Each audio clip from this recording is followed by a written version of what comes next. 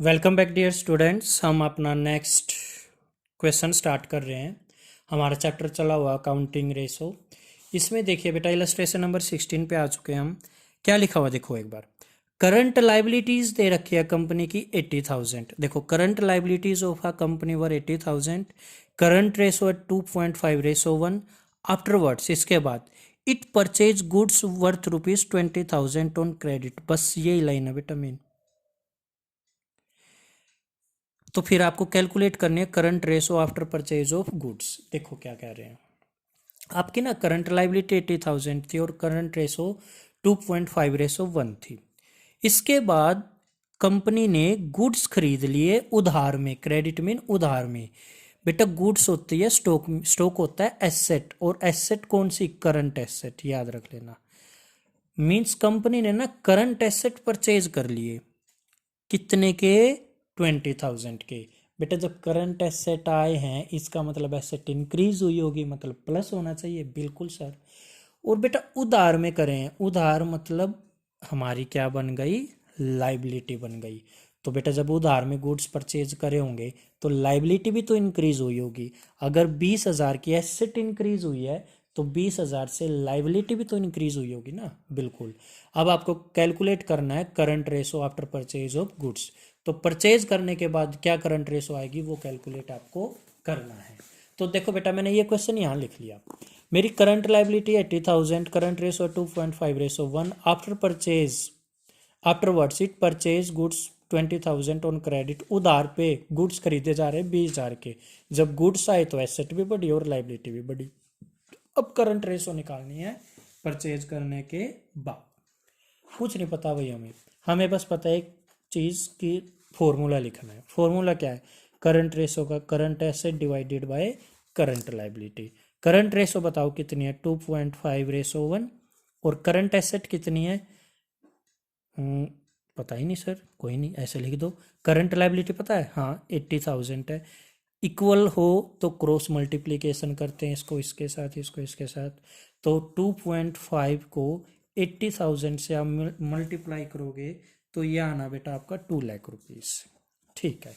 अब देखो आपको भाई करंट एसेट भी पता चल गई, करंट लाइबिलिटी भी पता चल गई। करंट एसेट है हमारे पास 2 लाख और करंट लाइबिलिटी है 80,000। ठीक है सर। आगे सुनो बेटा। 20,000 के गुड्स उधार में खरीदे हैं।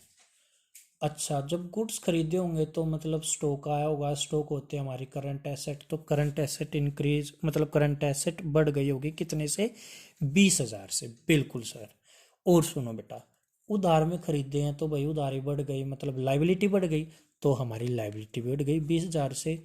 तो ये मेरी करंट एसेट अब कितनी बन गई? 2,20,000। और करंट लाइबिलिटी मेरी हो गई 80 + 20 मतलब 1 लाख की। ये हो गई मेरी करंट लाइबिलिटी। बस यही आंसर है बेटा। अब आप क्या करोगे? इसकी रेशो निकाल दोगे, इसको सोल्व कर दो, ये कट कर देना, ये 2.2:1 आएगा आंसर आपका। ठीक है बेटा, हो गया ये भी। चलिए इलस्ट्रेशन नंबर 17। बेटा क्वेश्चन देखिए, बहुत अच्छा क्वेश्चन है ये। करंट रेशो है 3:1, क्विक रेशो है 1.2:1। अब बोल रहे हैं अगर आपकी वर्किंग कैपिटल 1,80,000 है तो करंट एसेट बताओ और इन्वेंट्री बताओ। ठीक है बेटा, मैंने इन्वेंट्री का तो फॉर्मूला आपको पहले ही बता दिया था। इन्वेंट्री का फॉर्मूला होता है current asset minus liquid asset.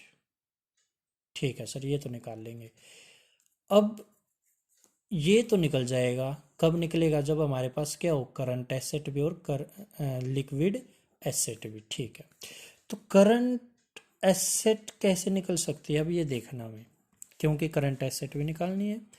ये कैसे निकलेगी भाई? एक बात कुछ नहीं पता, फिर हमें एक बात पता है पर फॉर्मूला पता है। करंट रेशो का फॉर्मूला है current asset divided by current liability, ये पता है। अच्छा, करंट रेशो कितनी है भाई आपकी? 3:1। करंट एसेट पता है? नहीं पता सर।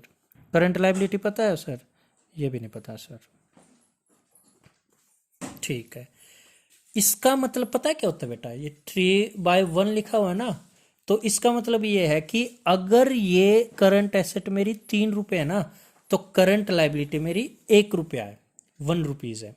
ठीक है, 1 रुपीज़ है। इसका मतलब वही, अगर मैं मानूं, अब देखो मैंने आपको बताया था, अगर आपको यहाँ वर्किंग कैपिटल गिवन है, अगर आपको क्वेश्चन में वर्किंग कैपिटल गिवन है, तो एक बार तो वर्किंग कैपिटल का ही फॉर्मूला लिख लो, current asset minus current liability. ठीक है, अब मैंने आपको बताया इसका मतलब क्या है, अगर मेरी करंट एसेट 3 रुपये है तो वो करंट लायबिलिटी है 1 रुपया। तो इसका मतलब मैं ये लिख सकता हूँ, अगर मेरी करंट एसेट 3 रुपये है तो ये 1 रुपया है, तो ये कितना आ गया वर्किंग कैपिटल 2 रुपये। बस अब हो जाएगा बेटा। अब देखो कैसे हो जाएगा, ऐसे लिखो, इफ वर्किंग कैपिटल 2 रुपये है देन करंट एसेट कितनी है, 3 रुपये।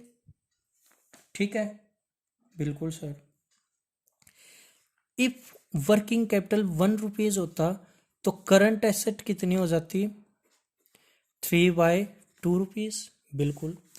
इफ वर्किंग कैपिटल हो जाती कितनी, ये 1,80,000, तो करंट एसेट कितनी हो जाएगी भाई, 3/2 इंटू 1,80,000। तो ये सोल्व करो, 90,000 ये आ गया मेरा 2,70,000। क्या आ गया मेरा ये करंट एसेट। ठीक है सर, 2,70,000 मेरा आ गया है करंट एसेट। अब सुनो ये कैसे बनाया मैंने, बेटा देखो यहां तो वो लिखो आप जो आपको गिवन है, ये गिवन है ना, और जो आपने अपनी तरफ से बनाया है, ये मैंने अपनी तरफ से बनाया 2 रुपीज, वो लिखो, और यहाँ पर जो आपको कैलकुलेट करना होता है हमेशा वो पुट करना। ये जो हमने अपनी तरफ से बनाया पहले वो वाली लाइन, और फिर जो हमें क्वेश्चन में गिवन है लास्ट में वो वाली चीज। देखो ये गिवन थी, ये इधर रख दिया, तो मेरा ये आ गया करंट एसेट 2,70,000। ठीक है, अब और क्या चाहिए मेरे को इन्वेंट्री निकालने के लिए, करंट एसेट तो मिल गई, करंट लिक्विड एसेट और निकल जाए। लिक्विड एसेट कैसे निकलती है, एक बार फॉर्मूला लिखो लिक्विड रेशो का। क्विक रेशो लिखा हुआ है ना, क्विक रेशो का दूसरा नाम है लिक्विड रेशो। तो मैं इसको ऐसे लिख सकता हूँ, liquid asset divided by current liability. तो 1.2:1 को लिक्विड एसेट है हमारे पास, नहीं यही तो निकालनी है। करंट लायबिलिटी है हमारे पास, करंट लायबिलिटी मैं कैसे भी निकाल सकता हूँ सर। कैसे, देखो वर्किंग कैपिटल का फॉर्मूला होता है current asset minus current liability. Working capital है 1,80,000 इक्वल टू करंट एसेट अभी मैंने निकाली थी 2,70,000 माइनस इसको एक्स मान लिया मैंने। तो बेटा एक्स की वैल्यू आप ही बताओ कितनी आएगी अब। ये आ जाएगी एक्स की वैल्यू 2,70,000 माइनस 1,80,000, एक्स की वैल्यू आ गई 90,000। ठीक है, मतलब मेरी जो करंट लायबिलिटी है वो आ गई 90,000। ठीक है सर, अब बताओ इन्वेंट्री कैसे निकाल दोगे। इन्वेंट्री मेरे को पता, अब कैसे निकाल दूंगा, current asset minus current liability. मेरी जो करंट एसेट आई है बेटा वो आई है 2,70,000, और मेरी जो करंट लायबिलिटी आई है 90,000। तो अब आप ये बताओ,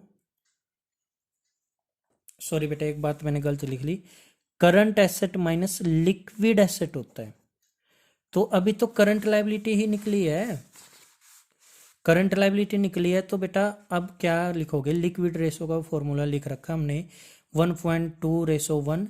लिक्विड एसेट पता नहीं लिक्विड लिक्विड एसेट पता नहीं, और करंट लायबिलिटी मैंने निकाल दी है, कितनी निकाली थी अभी अभी मैंने 90,000।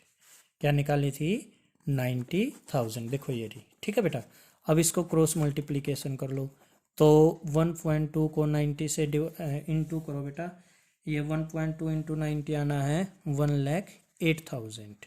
तो ये मेरा क्या आ गया है करंट, ये आ गया मेरा लिक्विड एसेट। क्या आ चुका बेटा, लिक्विड एसेट। तो लिक्विड एसेट आया मेरा 1,08,000। ठीक है, थोड़ी सी गड़बड़ हो गई थी बेटा, वीडियो को स्टार्टिंग से देख लेना, या इस क्वेश्चन को एक बार रिपीट करके देख लेना, आ जाएगा समझ में। अब 270 में से आप 1,08,000 माइनस कर दो तो 1,62,000 आपका आंसर।